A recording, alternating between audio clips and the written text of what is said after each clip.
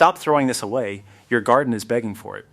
Most people toss banana peels without realizing they're one of the easiest natural fertilizers you can use at home. And the best part? It's completely free. Here's a quick way to turn banana peels into plant food. Chop the banana peel into small pieces. The smaller they are, the faster they release nutrients. Place them in a jug and pour about half a liter of water over them. Let it sit for a few hours, or even better, overnight. By morning, the water is rich in potassium, a key nutrient that helps plants grow stronger and produce more flowers and fruits. Strain the liquid and it's ready to use. Pour this natural fertilizer around your plants once a week. It works especially well for tomatoes, peppers, strawberries, and flowering plants. Simple, natural, and effective.